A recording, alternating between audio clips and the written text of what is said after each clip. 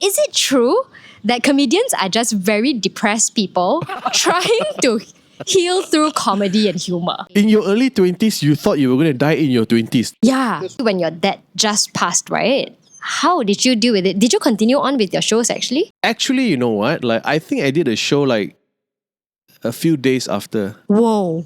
How?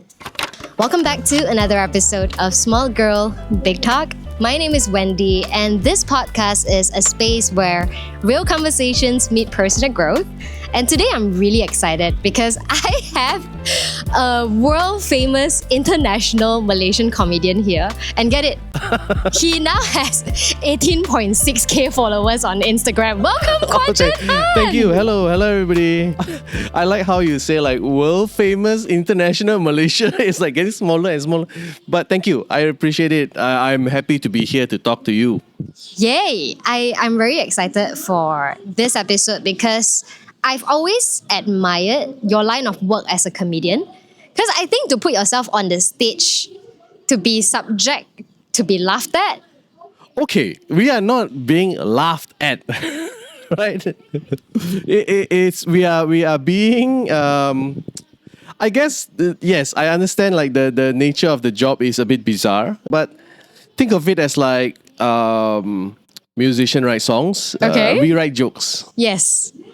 But still, like, I find it fascinating because you get your like evaluation directly on the stage. That's right. So we that's the thing that actually, you know what, it's interesting to talk to you about because you are very social media driven, right? Yeah. So I am so used to like immediate gratification. You know what I mean? Like I tell a joke, if it's funny, the laugh comes immediately. Yeah. So that makes me comfortable somehow. Okay. Yeah, it's like you get evaluated in real time. Yeah, and you've been in the industry for like almost 20 years now. Almost. How did you even stay in this industry for so long? Okay, firstly, 20 years in Malaysia is not the same 20 years somewhere else, say like in America or even Australia. Yeah, because when I started stand-up comedy, me and a few friends, we were the open mic scene. There was no such thing, right? So the boom actually came from YouTube.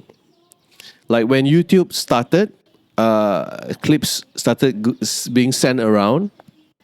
So people were like, "Oh, this art form," because stand-up is very new for us. In fact, until today, there are still many first-timer audiences, right? So back then we started, and then we only had like one show a month, and that's it. So eventually comedy boom, and then like we had more and more frequent shows. Yeah, but still, like, I guess then along the years you've seen how it's transitioned as well, right? Yeah. I assume that like at the start of it, it's just live selling tickets to go for people to come to your show in person, but now it's kind of moved towards social media already. So marketing wise, yes. In fact, style of comedy also shifts. You see, as performers, entertainers, we rely on social media to reach out to new audiences. For musicians, like they can put up a song, right? For comedians, our product is jokes, right? Let me put it this way, like I guess jokes also go through a process of like workshop, and like it changes and changes and changes until it finds its near final form. Okay, so that takes a long time. You can't churn out jokes fast enough to use that as the main product online. So what happens is many comedians put up crowd work, which is like immediate interaction with the audience, right? So what that does is it signals to people that, oh, that's what stand-up comedy is about.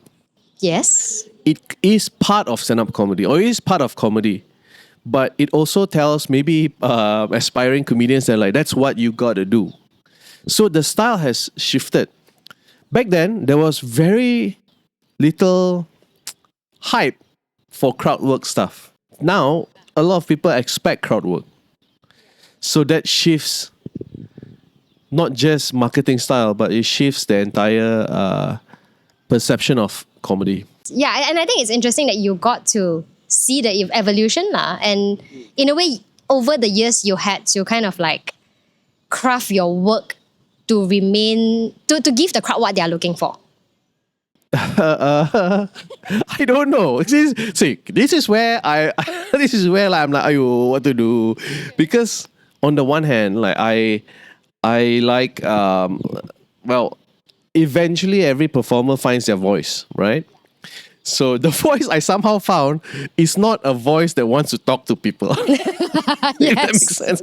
I just like telling okay, it's very different because in comedy, you have to, every new comedian has to kind of like be good at like 3 minutes, 5 minutes, 7 minutes, and then work their way up to maybe writing their own solo show, which is like maybe an hour, right? Yes. So if I get to do like my hour show, my default is I really like building narrative arcs. Yes. Okay? So over time, as I became more I guess proficient in what I do, I am always offered more time versus a younger comic. Okay. And the thing that I've developed is I can tell a good story. I'm now not as good as doing short jokes. Okay. Yeah. So but that's on me, right? That's on me. So as much as people can expect, like, oh, I want to see some crowd work, my default is I'm not good. I just don't. Can you just? I wrote this material already, so just enjoy, you know. Yeah. I'm laughing so hard because I was just at your dual show. Was it dual show, a duet show? Like, what do you call like a? Okay, so I don't know because it's a concept we were trying to toy with. You're talking about that show with Ming yes, Yue, right? With Ming Yue, yes. Yeah, I was just at that show, and the session that we went to, it was basically you trying to get back to crowd work again. Nope, I was not trying to get back at crowd work. I think it was him trying to make me feel comfortable with crowd work because he's a very personable person. He likes to talk to people, right? Yes. So, yes. But the concept of the show was so stand-up comedians are very individual performers. Our lives are actually very solitary. I write jokes by myself. I go and perform, and then that's it, right? Okay. So we were trying to think of a concept where like, what if the both of us never leave the stage? Oh. As individual performers, we never leave the stage. Okay. Right? So it's not a new concept, but it's interesting because it really then relies on the rapport that the performers have. Which the both of you have really good rapport, by the way. Yeah, I really enjoyed the show. It just doesn't help that we both look alike. Yes. One thing that my husband said, right? He was like, Ming Yue and Jenhan look more like sibling than Ming Han and Ming Yue. Yep. That's very true.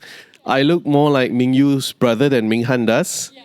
But Ming Han's name and my name, Jenhan, sounds like we are brothers. Oh, wait, I just realized that. Yeah. Okay. Yeah, so it doesn't help. Also, like recently, like we found a brand of clothing. And we are kind of the same shape also. Yeah, right? yeah. So it's when we find something that like fits our robust body, let's put it that way. Like we always stick to it. So now we both wear the same thing. Your dress quite similar. It's very annoying. It's okay lah. Just embrace it lah. You guys have such good rapport anyway. You work very well together. Yeah. So I guess that was it's fun and like I had fun being forced to do crowd work. Mm-hmm. But also it's a very different scenario because I know that like Ming Yue is there, right? So yes. So I won't drown alone, if that makes sense. Yeah. Okay, so then you mentioned just now that like comedians, your line of work is very solitary. It's very individual. And like I want to bring in the topic that I really am interested to talk about today. Okay. And then I have the first question for you now. Okay. Okay, is it true that comedians are just very depressed people trying to heal through comedy and humor? Okay. So I think the general answer is no, right? Sure, there are some people like that. Put it this way, comedians are just the same. Like they are introverted comedians, they are extroverted comedians. Okay. There are comedians who are the same on stage, off stage. Yeah, I am not of that variety. Okay. I very much like people feel like I'm two different people on stage, off stage, or even on mic and off mic. I'm so much more animated when I'm holding a microphone. Yes. Right? but they are both me, right? So I think different people are different. Whether or not a comedian is trying to go through something in grief or using comedy as a way of dealing with grief is a very subjective and personal opinion. Because there are like some of my friends. Okay, my friend, Dr. Jason Leong, very famous. That one is world famous, right? He can create jokes from nothing. It's a talent, it's a skill. He can make up a scenario that never existed, but make it really funny and somehow relatable to people. I don't have that skill. I have to live something and then recount that experience. Okay, so with someone like me, I don't think I specifically use it to deal with grief or anything that's traumatizing. It is just how I grew up processing things. Yeah, because something is interesting to me, and I feel like I want to find a way to capture that and share it. Okay. Yeah. Yeah. So okay, I know lah. I purposely said that so that it's more dramatic, right? But then why I asked that question, it's also because it really impacted me a lot when people who are funny on the outside, in the end, like we like say when Robin Williams passed away, right? Like it really impacted me a lot. And that's also because I'm someone who struggled with depression. And I on the surface to other people, you don't see it one. I cover it very well. And that's why like, I kind of want to just touch on the whole topic of like mental health and comedy and it all. Okay. Yeah. Mental health doesn't like target comedians because it's like, you try to be funny. Like, no, it happens to everybody, right? It happens to everybody. I think ultimately, maybe one thing that I feel confident enough to say about comedians is that the nature of our job is to relate, right? So hopefully in being given this skill, you do good with it.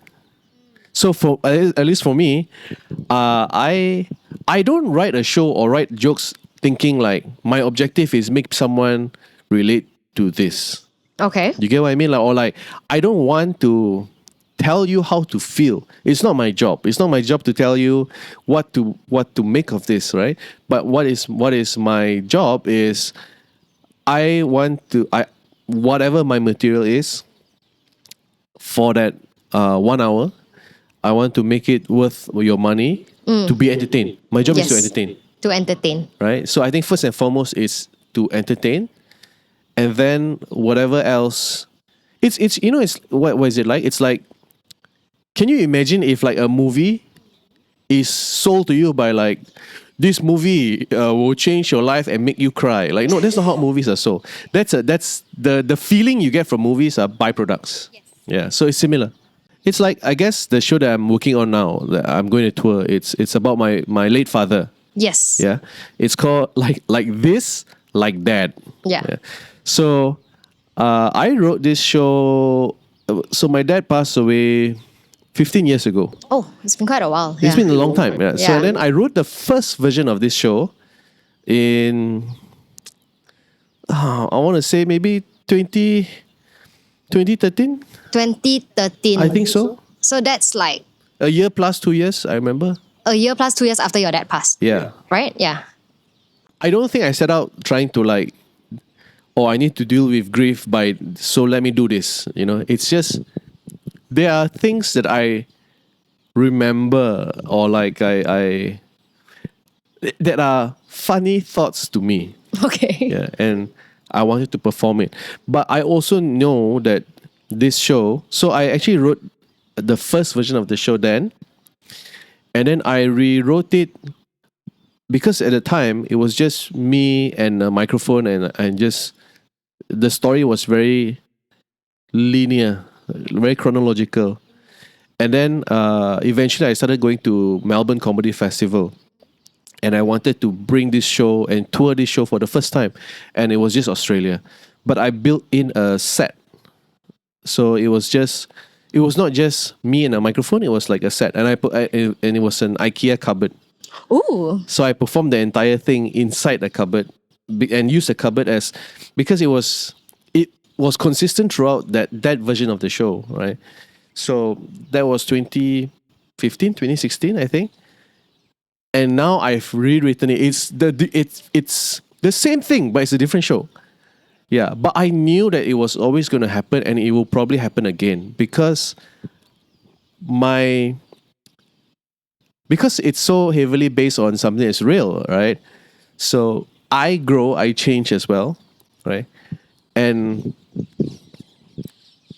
it will change how I feel about the material, if that makes sense. Yeah. Yeah. But like, okay, so how long has it been since you performed this show actually? Because it's been around for so long. Okay, so you mean the current tour, right? So I did do it. I start rewriting it late last year. And at first, I thought I was gonna just maybe just lightly refresh it. I end up rewriting the entire thing. I performed it in Singapore in July. Okay. Yeah, and it turned out to be like my biggest show ever in Singapore. Wow. Yeah, it was like 900 people. What? Whoa. Yeah, I 900 know. people. Yeah, and like I guess people kept telling other people, so that was quite good. So that was I guess we're talking about this new show, it's the first time, right? But before that, the last time I performed or thought about this show was in 2015, 2016. Oh, so it's been like almost 10, not 10 years, but Oh still. my God, you're right. Yeah, Yes. it's almost 10 years though. Yeah. Yeah, so it's like there was a 9-year gap since the last time you used your material, and now it's like a refresh version of it. Yeah. And there's a reason why, like, I guess my mind gravitated towards this show again. Right? It's because, so essentially when I wrote it that many years ago, it was just mainly about my father passing and like me growing up. Almost like an origin story for me, right? For me, this process. But now I am a year plus shy of the age that my dad had me. Oh, You get it? Right? okay, I So get it, yeah. There's that. And I'm like, I don't feel anywhere near being a father. I still feel like I'm still that child, right? Yeah. On top of that, there's also now questions about if in my Kuah family. In the Kuah family, they're like, so there's only 2 more male Kuahs left. Okay. And like, what are your plans, Jenhan? Right? So now I'm like, why does it matter? So I have different thoughts as like a more adult person. And also I start to question like tradition or culture. Like why, like my younger sister, she has 2 boys, 2 beautiful boys. Okay. But they're not Kuahs. Yeah. Right? So she is still what is known in the family as a disappointment. No, just kidding. Poor sister. Yeah. But you get so I like building shows that way. Like I am very inward looking in terms of creating shows. Yeah. And like, I mean, along the years, because from what I understood about grieving is that it never ends, right? It's an ongoing journey as you grow. Sometimes it comes back, it comes in waves. Yeah. Like memories come back, right? And like it makes you feel different things. Some thoughts are funny, some thoughts are sad, right? Yeah. I actually, you know what's odd? Like I feel it most not with humans, but with like my pets that pass away. Okay. Yeah. So not even with your dad lah. Not The really. way you say it like that, right? Not really. I mean, like it comes and goes, I guess. Yeah. So in preparing for this material, is it hard?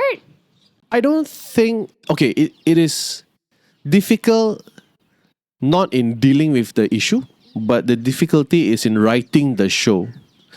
Because at some point, I have to also wonder whether it's a comedy show or whatever it is, right? It is like, what does it mean to me? Okay. What does it mean to me, right? Doesn't have to be shared with the audience, but it has to make sense. Why am I doing this? Yeah. You know? Correct. So I think it was figuring that out, and that helped to give me an idea of as to what, like, why is this existing now? That was difficult for me. And then crafting the show, because I don't want to just, hey guys, listen to my story or listen to these jokes. Yes. Right? Yeah. I enjoy building an experience. Yeah, at least in my own solo shows. Yeah. And I think I find it quite interesting that you tied death into comedy lah. Because at the end of the day, death is something that you view, typically people view quite I morbidly. get what you're trying to say. Like it's not supposed to be funny, right? But Yeah. but it actually is very funny. Okay. Like, okay, here's an example. In Chinese culture, we have like mourners. Yes. Mourners, like, and you can actually hire people to come and cry at your loved one's funeral, right? What? Why? Okay, why is because it creates an atmosphere. People feel like it's more easy for them to express and cry and grieve. Yeah. Right? It's cathartic. Right? So it gets all the emotions out. Out. Yeah. Right? So it's that same fundamental logic, I guess, if that makes sense. So death is not. Who said death is not supposed to be funny? You get what I'm saying? Yeah, I get what you mean. Yeah. So death, to me, is funny, and like the environment matters. I give you an example. So when my dad passed away, then he was cremated.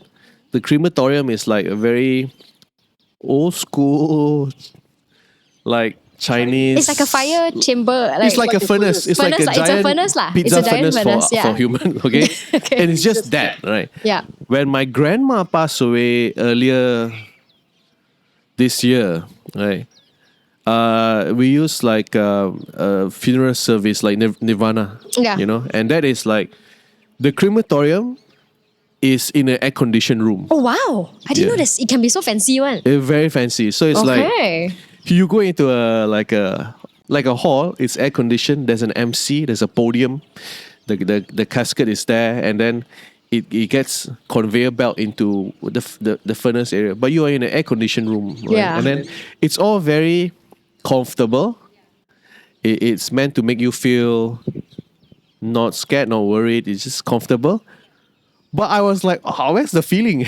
Yeah. Yeah. know? Okay. Yeah. Yeah. So environment matters. Yeah. If that makes sense. Yeah. Yeah. I mean, because I love talking about death. Okay. And because I'm someone, right? Fun fact about me Yes. is that in my early 20s, I always thought I would die young one. Okay, how young?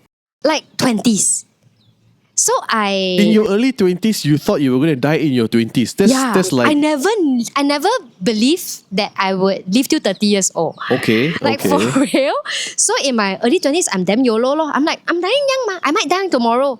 So then in my early 20s, I never had a plan for my future. I'm damn YOLO. Okay. I would do whatever. I'm like, okay, I go bungee jumping now because I might die tomorrow. Okay, okay. So Yeah. now that you have not died, Yeah. how do you feel about this? When I was approaching 30 lah, that's when I had a bit of like a quarter life crisis because I was Okay. like, oh shit, now I'm not dying. Yeah. And because I've been so YOLO all this while, I never had savings for the future. Okay. Never planned for anything. And then that's when I was like, oh shit, now I have to plan for the future. And then Okay. I had to do that lah. But along the years, every time I tell people I'll die young, everybody like, oh no, why like that? But I'm just like, no it's true, we may die anytime, Yeah. tomorrow. So, okay, so is your fascination with death, right? Just your own death or death in general? Death in general. I really believe that any of us can die anytime. Yes, that's scientifically proven to be true. Yes. Yes. And so then in a way, that has helped me to be very appreciative of the present. And it makes me want to make the best out of my life every day. Yeah. So I see it that way. Yeah, I agree with that, and also maybe in some ways, that's what I hope my show can do. Okay. If that makes sense. Yeah. Because I'll tell you these weird stories about my relationship with my father and his death, right? And at the base level, I hope that for that hour or like that hour and a few minutes, you are entertained, and if that makes you think of your own family, great. That's more than I can ask for. but it's not a show that is like, okay, what I don't want the show to be is preachy, Okay. you know? Yeah. At the end of the day, it's like, this is my story, it's my life. Yeah. I've wrote it in a very funny way for you to enjoy. Yeah. That's it. Like, Yeah. I'm not trying to send you a message or anything. Yeah, when I was at that show and you had a short snippet of Yeah. what's to expect during your actual solo show, right? It gave me a very weird feeling. It's like it's funny, Yeah. but it's also death. Yeah. It's also sad. And I think it's a very interesting feeling lah. Yeah, I mean, ultimately, that's what I hope a show is. You know? It's like you go and watch a movie or a band or a musical, a live performance. I really enjoy even as an audience, kind of hoodwink into feeling something. Feels nice because it's what a show is. So I'm hoping that's true. Okay, now then I want to get a little bit more serious. Okay. Okay, because I mean, I like that we've talked about how your comedian journey is, and in a way, how do you work with your craft, Okay. and how has that come into the picture of you dealing with grief and all that, right? But then, like in all seriousness, how has all this talks about death and you really dealing with your father's passing Yeah. changed how you view about life? Whoa, this question is very deep. Yeah. How does it change? I think we are a product of our environment. Yes. Right? So I performed this show, and like now, thanks to social media, right? I am seeing a lot of new faces, new audiences, especially like in Singapore. I never thought I would have an audience in Singapore. Wow. Right? So how it has changed me is I do this show and people are surprised by the show in a good way, and they often want to have conversations, right? So I like experiencing that. It is nice that like the I guess the feedback that I get, or the thing that I find consistent no matter where I perform this show over the many years, right, is people are surprised that it is entertaining. I guess they're surprised that like something as dark as like death, right, or like your father dying could be used as material, right? I don't know. It makes me feel nice because it somehow signals to me that like their perception has changed somewhat. You know, I think that's nice. Yeah. Yeah, but how does it make me feel about life is I can sense you're uncomfortable talking about not this. uncomfortable. It's more like I don't know what to make of it. Like I think it's a positive change. Okay. Yeah, it's a positive change because it makes me. Now my default is I don't interact much with people. So the few times I get to interact is after shows, or like sometimes I want to just find out what the audience generally feels. Right? It's positive because it's very affirming. It's very affirming that like, oh, I guess my experiences somehow is relevant or related to other people. Yeah, because I have a tendency to just stay in my head, right? And then like I always like, oh, no one's gonna care, no one's gonna get this. Oh, okay, Yeah. okay. So, So having this show is good. It's positive for me, I guess. yeah. So I guess in a way, would you say that because I can see that you're more of like an introverted person who's very used to being solitary. Would you say that in a way, dealing with death and also grieving through this comedy, this show that you put up, right, has helped you to open up and relate better to people? Oh, not directly, Okay. but because I've written this show and I really enjoy performing this show. That's very important. Like, Okay. I really have fun performing this show. It makes me want to do the show more, which makes me have to go out more. Yes. Right? So in that way, it's positive. You get what I mean? Like direct change, I wouldn't expect that. You know why? Because when I decide to write a show, I only can write something that I'm done processing. Okay. Right. Okay. So let me. This is the process of, for me, at least for me, writing material, writing jokes or bits is like you go through life, and after a while, it's like that moment keeps coming to mind. Right. So now let me explore this moment. Like Okay. why did this one thing that happened the other day? Why can't I let it go? I start inspecting that, and then I perform. I process and perform it. Okay. So now it is just material. Yeah. You know, I wouldn't have confidence or like feel like I need to process this on stage, because at least for me, my philosophy is I'm here to entertain you. I'm not here to let you like just process this for myself so you can enjoy. It doesn't make sense. It's not fair. Like, why are you paying to watch me do therapy on myself? Okay. Right? Yeah. So the impact is not direct. You see what I mean? Like, I could have wrote a show about many different things, but because the one about my father keeps coming to mind, and also like it's my current predicament in life right Yeah. now, Yeah. I'm obsessed with it Okay. for myself, Yeah. and I want to perform it and see what happens. Yeah. Right. The other thing also is maybe another reason why I like it is there are many people my age, or like at the age where like it feels like they're supposed to be parents but they're very far from it, right? Hopefully you see yourself in my stories. Yeah. Okay, I want to bring back to what you said. Like you usually only perform something after after you are done processing it, right? Yeah. And then I'm also curious because your line of job is to be on stage, to be in front of people. So during the time before you processed it, like especially when your dad just passed, right? How did you deal with it? Did you continue on with your shows actually? Yes, actually. Actually, you know what? Like, I think I did a show like a few days after. Whoa. How? Yeah.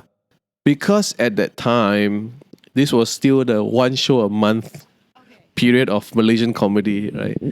So I wanted to perform the show, and also that was more personal in the sense that like I had these thoughts, and of course I was grieving, and like this, there are many memories that come and go, right? But there was this one memory that I thought was funny. So I wanted to share that. Okay. Yeah, I wanted to share that.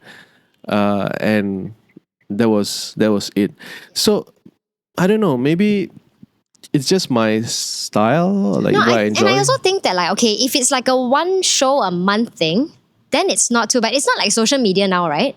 Like Yeah. imagine your only way to grow your career is to show up every day, because social media you have to be consistent, right? Yeah, and that's what artists we don't like. We don't like to show up every day. Yeah. So I think then it was still manageable in a way that it was okay for you to show up lah. Yes, and also I really like comedy. You know, I really like.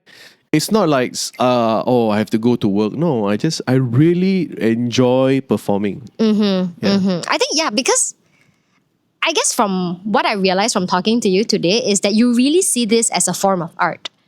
It's not just showing up and doing something to make people laugh. To you, it's your show. It's your craft.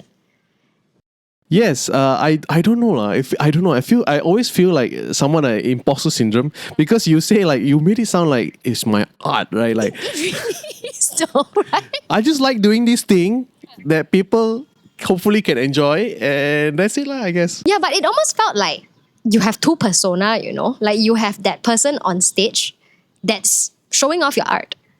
And then you have your actual self that's not on Oh. stage. That's That's why you're able to kind of like separate these two pretty well. It's fair to say, I think, but the reason why it's separated is also that's where the problem lies also, because these days as entertainers, I mean not these days lah. I mean it's always entertainment. Everyone can do, right? But not everyone can sell. So I feel like that's where I struggle also. Like in an ideal world, let me just do my shows, and it sells. These days, cannot. Like, you got to find ways to market your show, Yeah. right? Yeah. Without giving it away. I struggle with that duality the most. Yeah. I'm unable to not unable, but I very much prefer to just let me be the performer and the writer. Right? Yeah. You don't want to be the marketer, Yeah. Yeah. but it's expected of you now because of how the industry just works, right? Yeah, it is. Which is why I start to relook at my relationship with social media. Yeah. Right? So in the past, right, the only reason why I enjoyed some form of social media last time, actually no, I don't know if enjoy is the right word, but I knew that it was my mom's way of seeing what I'm doing. So sometimes it's I don't know why I could have just texted okay, I'm doing these things. No, but it's awkward. Yeah, I guess so. And you're a guy. And also I grew up very quiet in the family. Oh, okay. Yeah. Yeah. My sister was the golden child. Oh. Yeah. So I feel that's why I enjoy performing this show so much, because I'm finally someone gets to hear my side of the story. Yeah. So social media is new to me. It is also very interesting. Everything has good and bad, right? So I'm trying to just take the good. Yeah. Yeah. I can tell. I mean, the reason why I highlighted that you have 18.6K followers is because I know it's I something keep that using it, right? But it's so funny. It means is. nothing, but also it's somehow people think it means something. Yeah. And I think for the longest time, I assume because it felt like you've only really focused on social media in the past year. Yeah, a past year and a half maybe. Okay. Before that, I was very happy just having 5,000 followers for the last 9 years. Okay, I'm so it was great. 5,000. I wanted to ask you also I think it was how 6,000 maybe. Then it just happened. Okay. It just happened. Yeah. Yeah. And it's funny because I think I've been listening to you on other podcasts and you were you guys were tracking the numbers. It started off with, I think I heard 13K first or 12K first, and then now it started 15. It started at 10. 10, okay. Because 10 is a milestone. When you passed that 10K, right? Yeah. And then I just kept obsessing about people will say, oh, congrats on 10K. I'll go sorry, 10.2. Okay. It's funny because I guess it's a parody on itself. Mm-hmm. Right? Yeah. But I'm really glad for you that you've grown on social media in the past 1.5 years. Oh, thank you. But you know what's very hurtful? And this is all you social media people. Okay. It's now that I'm posting about I have 10.2 or 18.6, right? You know what? People don't want you to be happy, You know what people tell me? Hey bro, follower count not important, now it's engagement. I'm I just got here, please. I just got here. Let me enjoy a bit. Yeah. I'm still trying to hit my 10K one day very soon. So it's funny, and I think it's funny because people, whether they realize it or not, the absurdity of it is real. Yes. Right? How are you supposed to function on social media as even if you go, you know what? This is purely a marketing tool. Yes. Yes, true. But it's also the way you connect with friends, connect with people. Yeah. So it's like running your own newspaper, right? Yeah. At the same time, I want to be myself, but also I need to sell stuff. Yeah. It's very hard to reconcile. Yeah, it's very confusing lah. I struggle with it too. Yeah. Because that's how I keep in touch with my friends. Yeah. But at the same time, I also view it as a marketing channel.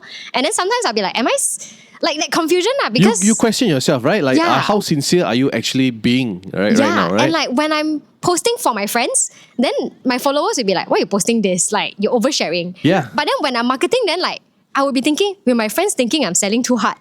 It's always this that weird push and pull, right? Yeah. Which is why I think it's absurd, and that's why it's so funny, right? I think maybe that's why that's how I try to exist in the space. Yeah, that's why you keep emphasizing on the numbers. Yeah, because it's so absurd. Yeah. Right. But then again, you cannot deny the power of it, because if it's not for that, I wouldn't have known you too. Yeah. I wouldn't have come across your work.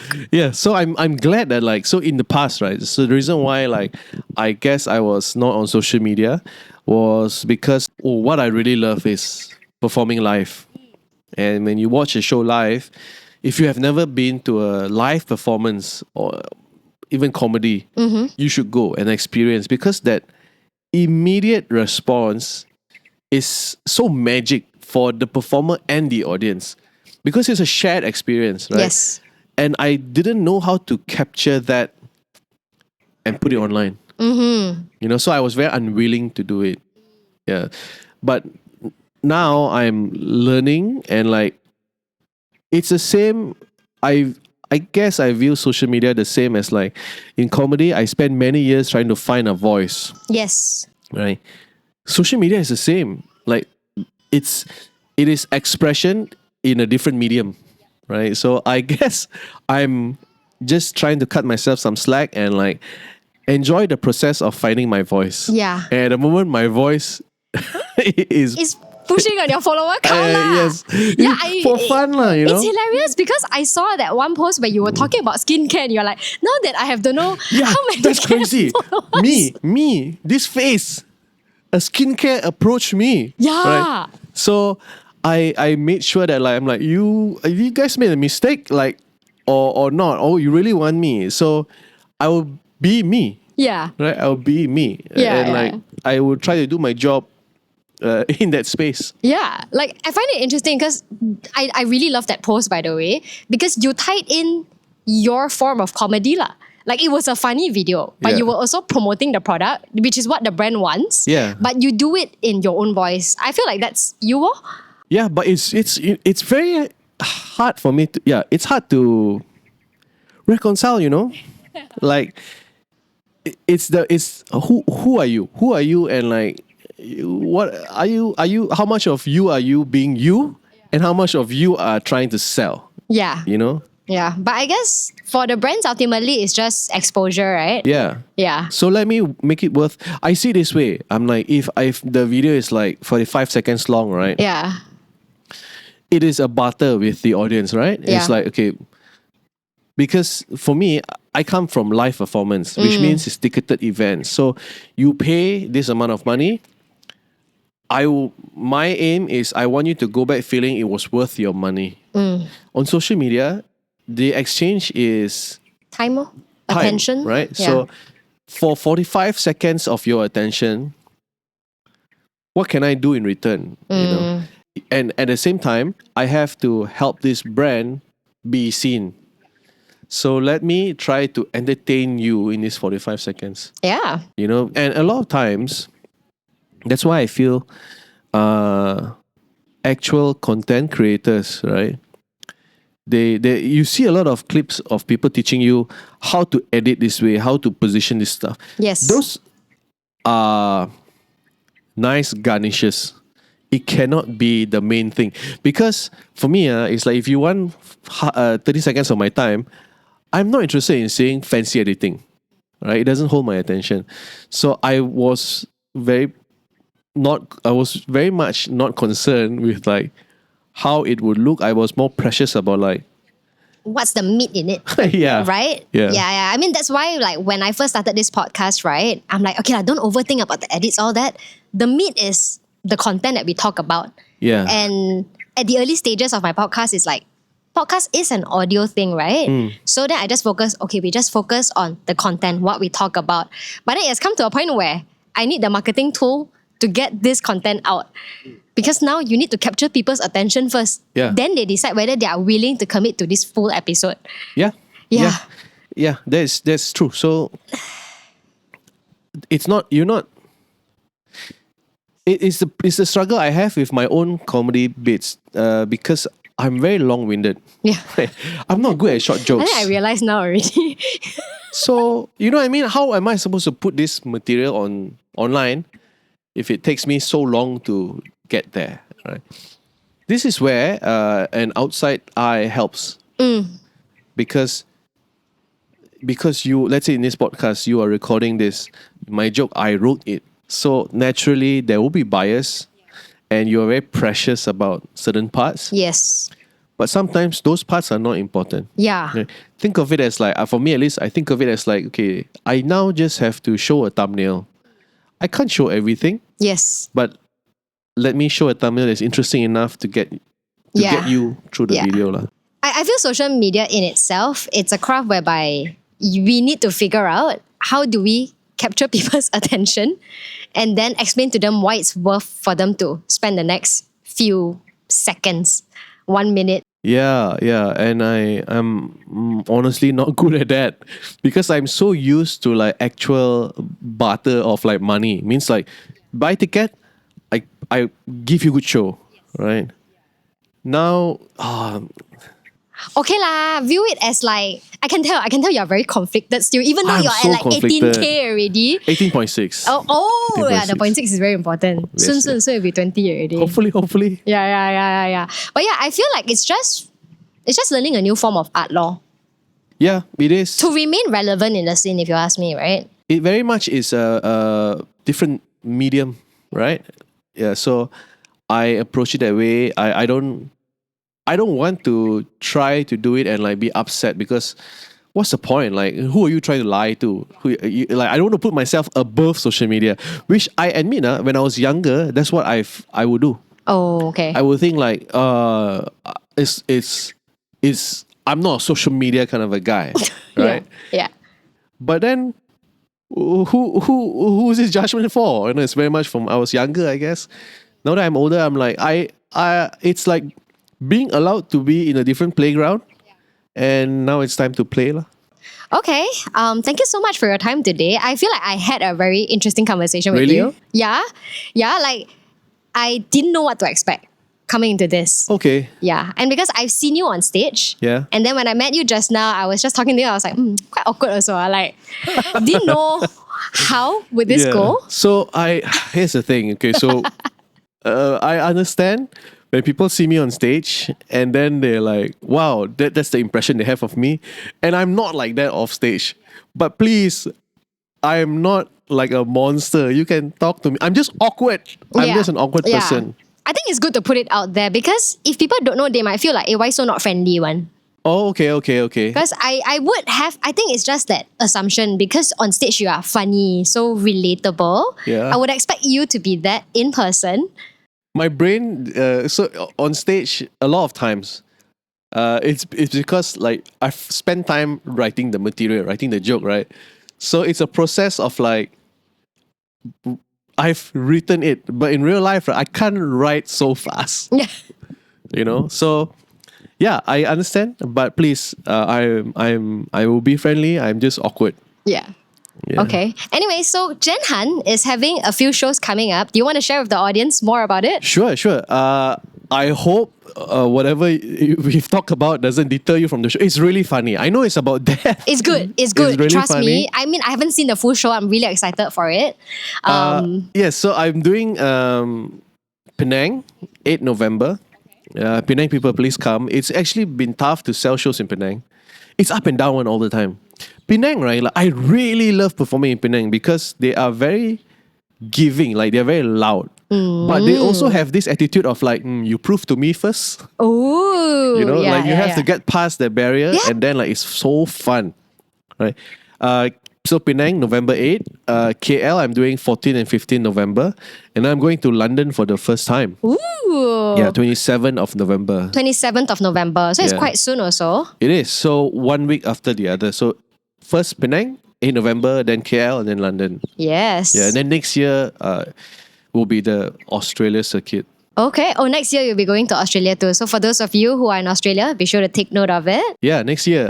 So it'll be during the comedy festival season. So March, April. Nice. And then I would definitely go to Hong Kong also. Oh. Yeah. But all these are like next year. Okay. The immediate ones are like Penang, KL, and London. Yeah. So if you're listening past November, then you just take note of the future dates lah. Huh? Yeah, or just be part of my 18.6K follower. And then you will hear from me. Yeah. So be sure to follow Jenhan. I'll include his Instagram account on the show notes as well. Any last words you want to share with the audience? Last words. Okay, give me like what are you looking for? What kind of category? I don't know, like a reminder or like maybe based on what we talked about today. Oh yes, okay, maybe last words, yeah. So since you are a new friend, right, and you only discovered me through social media, Yes. right?